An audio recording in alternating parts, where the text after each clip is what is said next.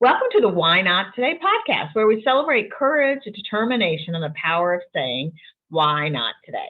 I am your host, Leslie Kane. Each episode, we dive into inspiring stories of individuals who have taken bold steps, faced their fears, and embraced the possibility of today. From entrepreneurs to artists, dreamers to doers, we explore the moments when they said, enough waiting, why not today? Join me as we uncover the heartwarming, the audacious, and the transformative, whether it's pursuing a lifelong passion, overcoming obstacles, or simply chasing joy. Our guests share their journeys to inspire all of us. I started this podcast in honor of my father, Patrick Kane, who often did say, why not today? And remember, you're only just one decision away from changing your life. And I don't usually mention this, but I'm going to today, that in case you've listened to the podcast before, I don't edit them, and they are just a conversation with a friend. And the reason I don't edit it is because the Why Not Today message is you just got to do the thing and get started, and it's not going to be perfect. And so if the dog barks or a kid comes in the room, that's okay. That's life, right? So I am excited about my guest today, Kim and McCullough. Is that pronounced right? Mm-hmm. Okay. So I met her through a referral from another friend of mine. She's like, you got to meet Kim. She's amazing. And she's part of a group, organization, nonprofit called Foster the Family. And so we got together months ago and chatted and had a great conversation. I'm like, you need to spread the word, and we need to hear about your courage. And it's kind of fun, the connections of, I know somebody near Smith Mountain Lake that I had on my podcast, Tara Wall, who also works in the foster care scenario. And I don't know if I mentioned this, Kim, but after we met, she had gone to a conference for Foster the Family. So she's connected to the same organization, which is neat. Cool to see those just connections and so spread out. So Kim, why don't you introduce yourself, a little about you, a fast, fun fact, and then we'll get into the courage component. Sure. So my name is Kim. I live in Herndon with my family. I am married to Alan, who is a local pastor here in Herndon, and he's also a business owner. He owns a CrossFit gym. So we stay really busy. I know that. Yes. We have 2 kids that are forever ours. My son is 10. He just turned 10. And then our daughter is 8. And we adopted her through foster care. And then we are currently parenting a baby boy through foster care. And how old is he now? I met him when we met. You had just got him, I think, that week. Yeah, he was brand new. Yeah, he is 5 months now. Okay. And he is at that like sweet, squishy stage where he's just giggly and kind of has those rolls and, just so much fun. He's a little joy. So what's a fun fact about Kim that we want to know? Fun fact. I've only ever dated one person. Oh, wow. Actually married my high school sweetheart. We actually met in middle school, and we started dating when we were sophomores in high school, and somehow we're celebrating 15 years next month. So that's really cool. Marriage, which is really cool. And did you grow up in this area? Yeah, I grew up in Sterling. Okay, that's what I thought.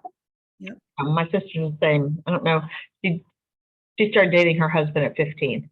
Okay. Yeah. And they've been married. How old I was. 40 years now. So a long time. But all right. So Miss Kim, what does courage mean to you?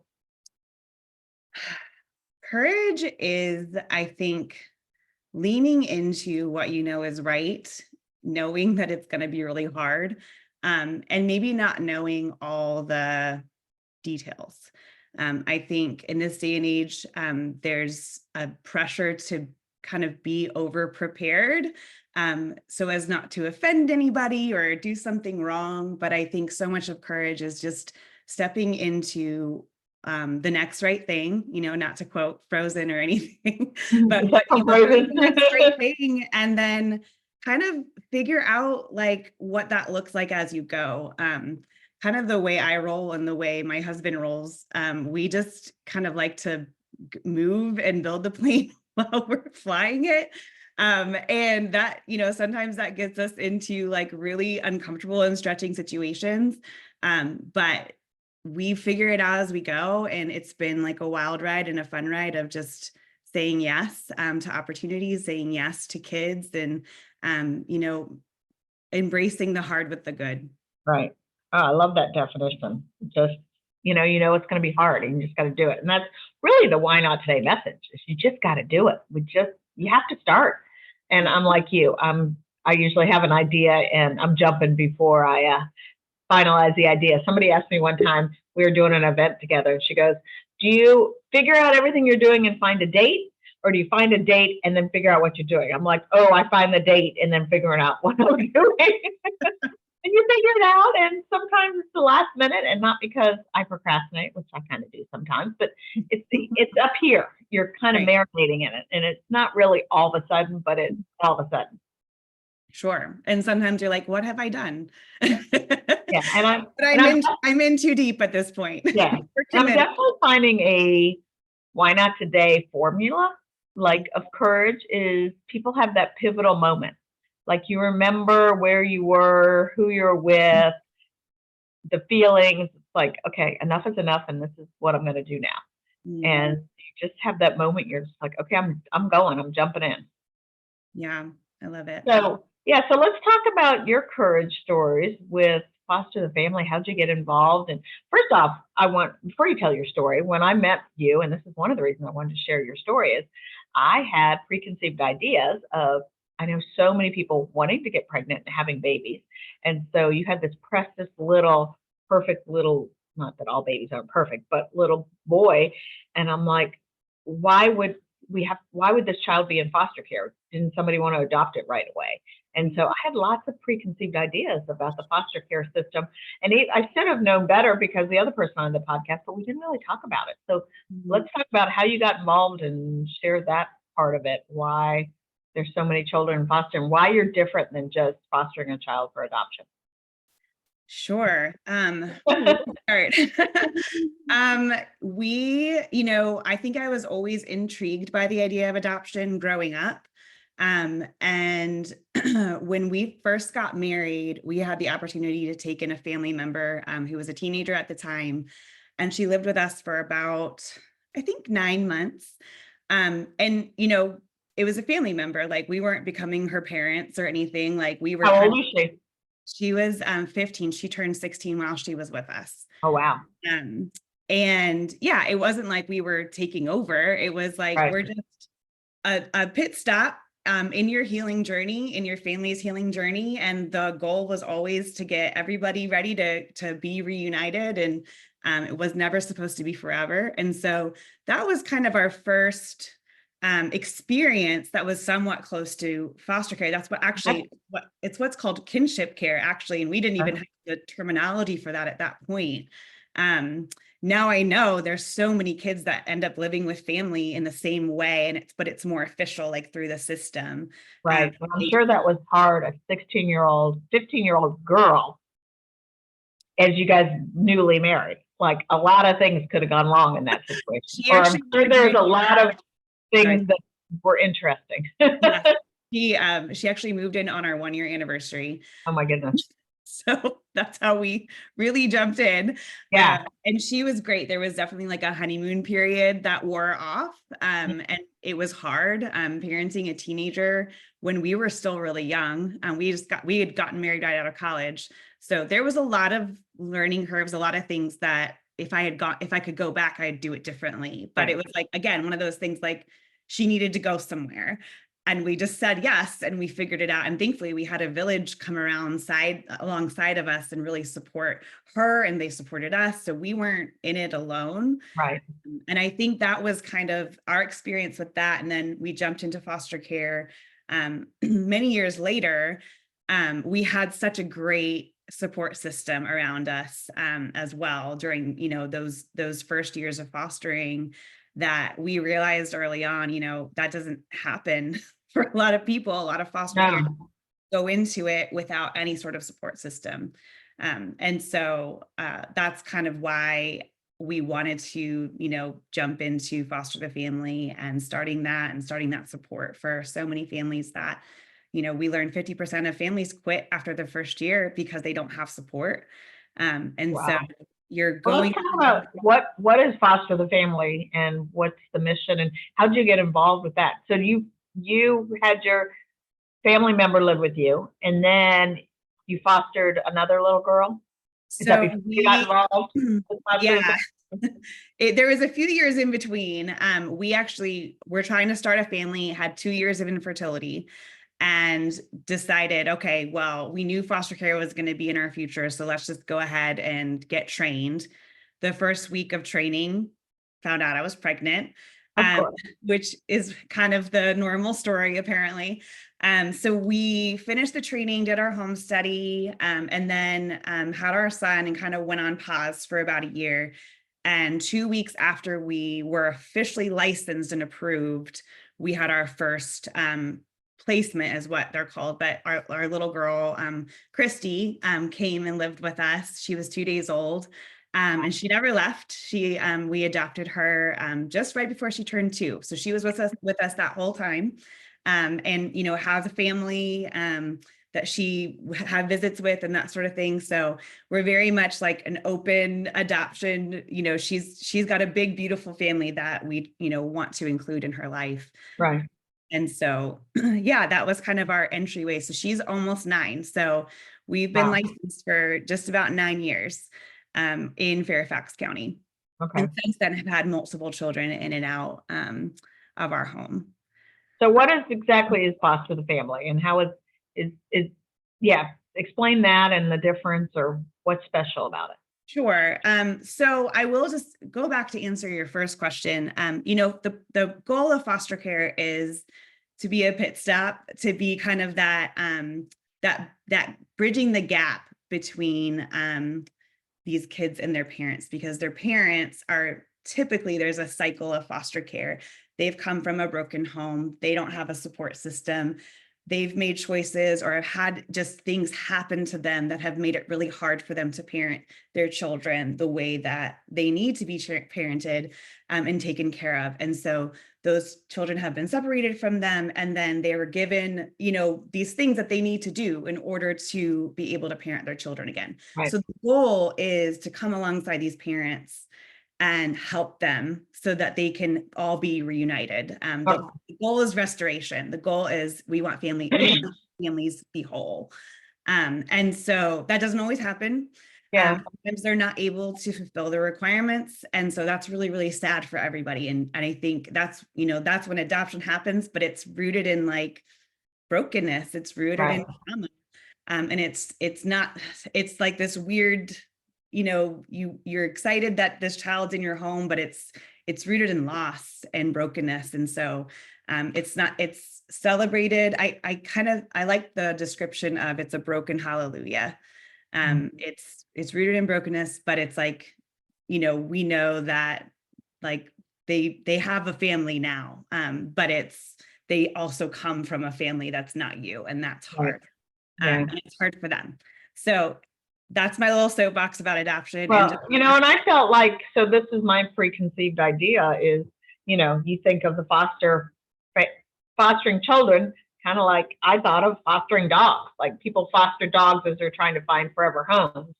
So it is a stopgap kind of place, but it's not going back to the original, which your goal with foster family is the children. And is it all babies, or is it younger kids, or anyone 0 to 18? Okay. So the goal is to get them back with their families. Yes. Yeah. Yeah.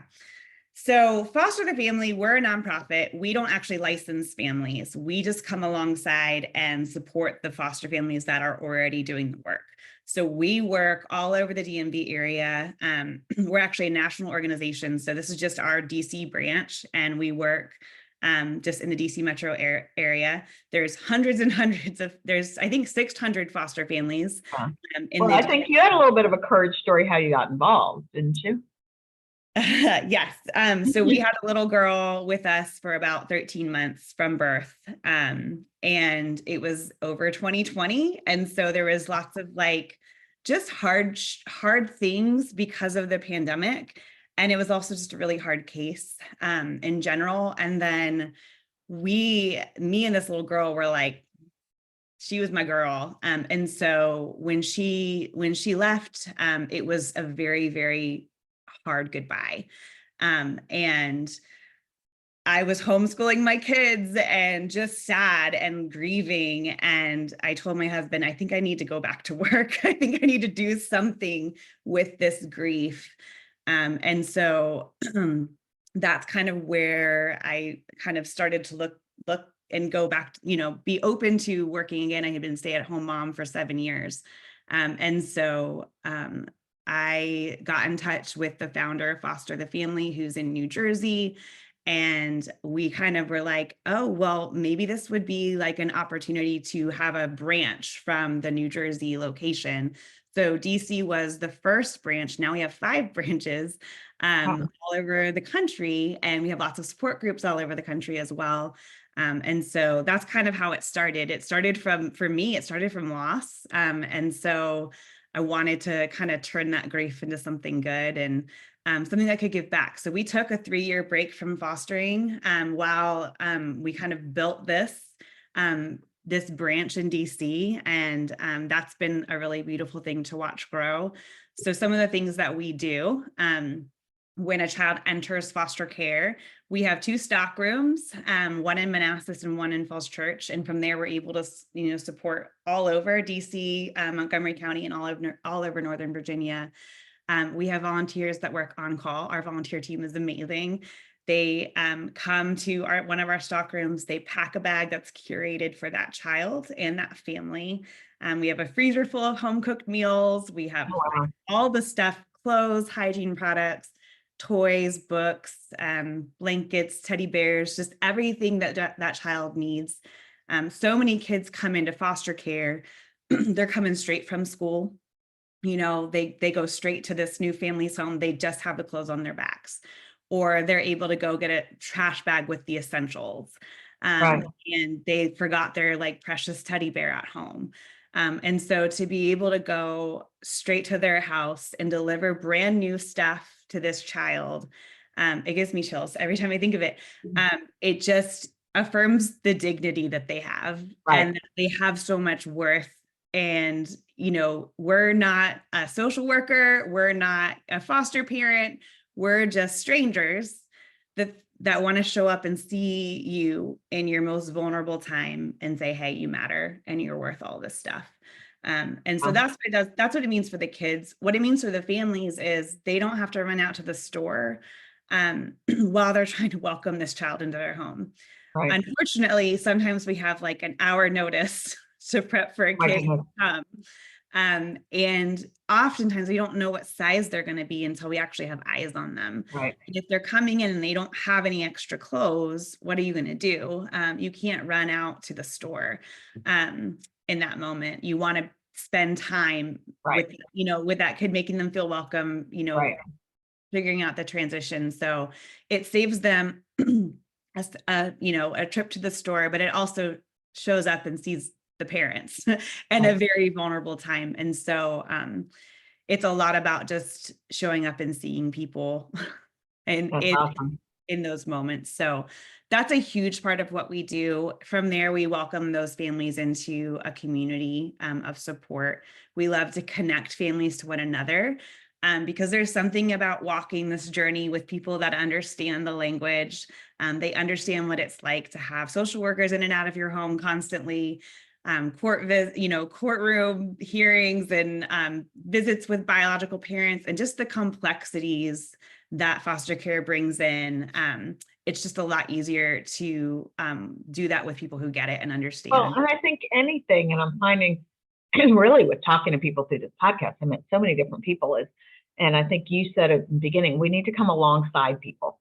So if people losing loved ones, whether it's a parent or a friend or a child, for somebody to, when you've gone through grief, to have somebody come beside you, not try to fix it, but just say, I get it and I understand. So same thing with people with addiction issues and overdose and all those things, that if we can come beside people and find like-minded people that have gone through and going through and build that community, which I think is just so important.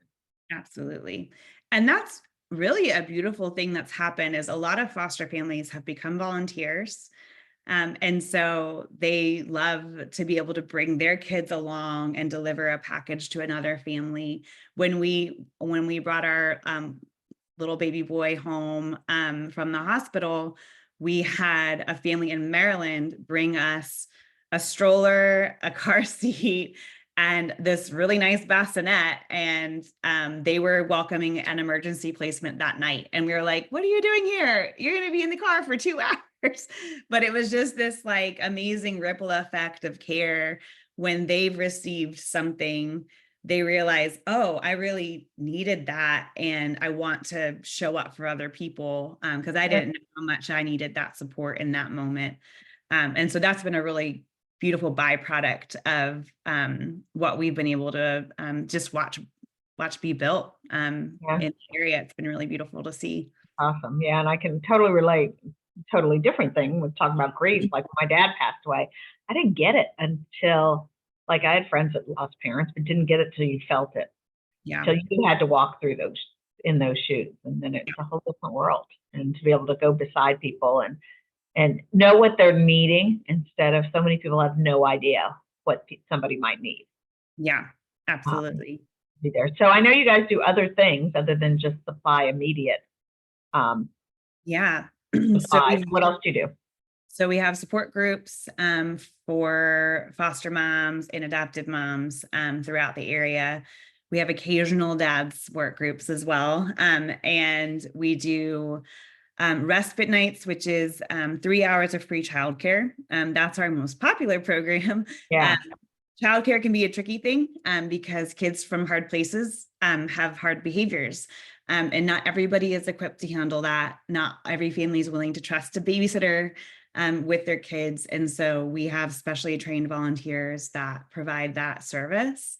And so we're building that program to be bigger and better so that we can serve more families and more kids. So that's a huge blessing to these families. We have events throughout the year. One of the events that is probably our most popular one is our Winter Wonderland. It's in December, and it's every kid that comes gets a toy. And we have a Polar Express train and Santa. It's like a whole thing. It's so much fun. But it's just a place where like families can come and no one's gonna bat an eye at their kids' behaviors. We all are in it together. We're all living it. And it's just a safe place to be with families that look like yours and act like yours. And for kids in foster care to see other kids in their situation. We had one child come to our Winter Wonderland our first year, and she was 14, and she told her foster mom, I literally thought I was the only kid in foster care. Didn't realize that this happened to so many people. So just, again, it's like the parents get to walk alongside others who are doing this, but the kids do too. And that's huge. That's one of the reasons I am so passionate about this podcast, is because it shares people's stories and people can relate and give people permission and say, oh, me too. You know, so whatever is going on in their world, you know, you don't know what's going on behind the scenes with somebody, and people can relate to so many different things that other people have gone through. Yeah, absolutely. Yeah. And we kind of have eyes, like I can, when I'm out in public, I can kind of tell like, oh, I think there's a situation there and I think I may have lived that, you know? So when you instead of the normal judgment. Yeah. I saw the most beautiful thing at church one time. There was a woman who had a child that obviously was under some distress of just, it was a little one crying and crying. So she left the church, but went outside, like one set of doors, but it was cold. So it didn't go outside, but you could still hear it. All these people are just glaring. And finally, this older woman walks up and goes and takes this baby. And the mom was pregnant too. So takes the baby out of the mom's hands and just tries to console the baby. And it was just the sweetest thing. Instead of everybody just like, quiet your baby down, she went and did something about it. Yeah. And, you know, the mom, obviously, they don't like, it's not like, oh, I wanted my baby to do this. You know, we have no control. Sure. Absolutely. And in that moment, you just want someone to have compassion and see you and, you know, come in and help. So that's huge. Yeah, that's awesome. And then I know you just did a 5K. So that's a fundraiser. Yeah. We had our 5K fundraiser, and that's an event that we do for the community, but also for our families. We give all of our families a discount. So that's a really fun event too.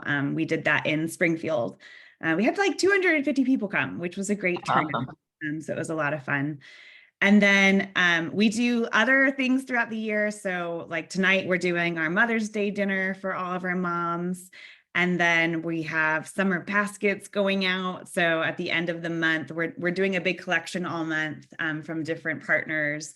And we'll be delivering probably, I bet it will be about 100 baskets to the families with like bubbles and chalk and movie theater gift cards and pool bags and towels and just some fun summer stuff. Everything we do, we want it to foster, no pun intended, to foster just, making memories and having connection, building those connecting moments with the family. And so everything is very intentional about doing that. So now you have me totally jumping in and ready to get involved. So how can I get involved, or anybody else listening, whether they're local to Northern Virginia or anywhere in the country? How can people get involved, and where do you need help? Sure. Well, we're a nonprofit. So if you're not local, we thrive on fundraising. And so there is a donation link on our website, and that's a really great way to just support the work that we're doing locally. And then other ways, if you're local, if you want to do it one time, you can do a donation drive. Everything that we pack and deliver to these kiddos and their families is on our Amazon wish list, or people will come together and do a donation drive, like a baby shower, and they'll, get formula and diapers and kind of all those baby essentials, but it can be anything specific like that. Or a meal drive. One of the things that we bring to the family is a home cooked meal. So we have a freezer in our stock rooms full of home cooked meals, bread, desserts. So you can bake a batch of cookies, or you can make a lasagna, or anything that's freezable. That's a huge help for us. And then volunteering is a huge way as well. You can actually volunteer to pack and deliver those bags. We'll train you with all the things you need to know, or join our childcare team and help with one of those respite nights. There's just a lot of ways that you can jump in. I don't believe everybody is called to foster. That's a really big undertaking. Yes, but that is not my. I've recently acquired a dog by not great circumstances, and I'm like, sometimes it just makes me mad. I'm like, I don't want a dog in my life. It slows me down, so I can't imagine a baby or a kid. Sure. Yeah. So, I mean, yeah, not everybody can do that. Not everybody's in a stage of life where they can do that or has the margin or capacity to, and that's okay. But the foster families that are doing it really need you. They need a village to come alongside them and, give them the courage to keep going and doing it. And so that's what I would encourage people to do, is find a way to jump in and do something to help just the families and the children that have been affected by the child welfare system. The last estimation that I did was for May, because May is Foster Care Awareness Month, there's about 1,500 kids in foster care in the DMV area. There's such a huge need. And so there is something you can do. We had the count that I took from last year is there was 100 kids that aged out of foster care last year, which means that they never were adopted, and they may not have a strong support system around them. Right. And so even if it's like figuring out how to mentor some of these kids, teach them some life skills, be a consistent adult presence in their life. You might not be able to adopt them, but you can be a person that they can call in an emergency. And then enable these foster families to keep going by providing support to them. There's so many ways to come alongside and be the village, so that these kids can thrive and these families can thrive. I will definitely share all your contact information in the show notes. But one thing I find in talking to a lot of people recently, people are lonely. They don't feel connection. They don't feel that community. And so I'm trying to, no pun intended, foster that with people and encourage people to get involved. Yeah. I have somebody recently who is divorced and was so lonely and desperately trying to find that person dating. Like, why don't you just get involved and give back for a minute? And like we need to, I think giving back is just such a powerful thing. Absolutely. And you get so much more out of it than you ever do And giving. you'll meet a lot of amazing people. Yeah, absolutely. So, oh my gosh, your story's awesome, Kim. And I'm, immediately connected with you when we first met. And I definitely want to figure out how to get involved and share this with other people. So we'll for sure share things in the show notes. So anything else you want to share to encourage somebody to say, why not today? Do the thing? Yeah, I would just say you may not know it all. And if you feel, a little bit of a prompting in you to look into what would fostering look like, just go ask somebody who may know something. That's what we did. We just met with someone who we knew worked in the field, and we're like, we don't know what we don't know. Will you just tell us everything we need to know? Because yeah, it's a whole thing. It's a lot. Yeah. It's worth like pursuing and learning more and seeing what you can do. And so you just have to start asking I questions. love, it goes back to your definition of courage, like doing a thing and knowing it's not going to be easy, but is anything worthwhile easy? No. Right. Absolutely. Amen. So, well, I always try in my podcast to tie this back to my dad. And because it's named after my dad, the podcast is in honor of him. And people are like, I never met your dad. Well, that's totally true. But how do you connect back to my dad? And so, first of all, working and living in Herndon, my dad worked a lot in the redevelopment of downtown Herndon. And it's funny, where we met that day is actually where his office was. Oh, wow. I didn't know that. Yeah. And, it takes a village and a support system. My youngest sister has Down syndrome. My dad always said it takes a village, and it took all of us. And he started the Reston Chamber, not because he had local business, but because he was raising 6 children in the Reston area. And so many things you said align up with how he lived his life, and hopefully I'm following in his footsteps. So, well, I hope we will share all your contact information and share with people how to get involved, and maybe we'll do some kind of a drive, fundraising drive with the Why Not Today community, or I have a luncheon now. Maybe we'll get you to come speak at the luncheon and share and do some kind of a drive around that. So lots of good things we can do. Thank you so much for having me. Oh, you're welcome. Thank you. And thank you, everybody, for joining us on this impromptu journey. Remember, each day is an opportunity to take action, chase your dreams, and make a difference. So why not today?